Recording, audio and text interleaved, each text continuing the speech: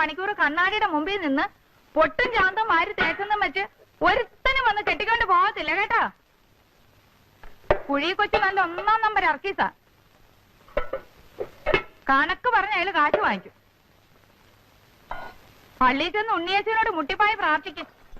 4 acre റബ്ബറും 1 ഈടലിന് 600 തേങ്ങായും കിട്ടുന്ന പത്തനംതിട്ടക്കാരൻ പത്രോസ് കുട്ടി എന്നെ പെണ്ണ് കാണാൻ വന്നപ്പോ ഇവളുമാരെ പോലെ വല്ലതും ആയിരുന്നോ അന്ന് ഞാൻ കാണാനിരുന്നത്.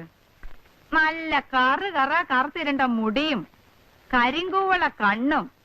കർത്താവേ, എന്റെ കണ്ണും കൂടെ ചെറുതായിപ്പോയി.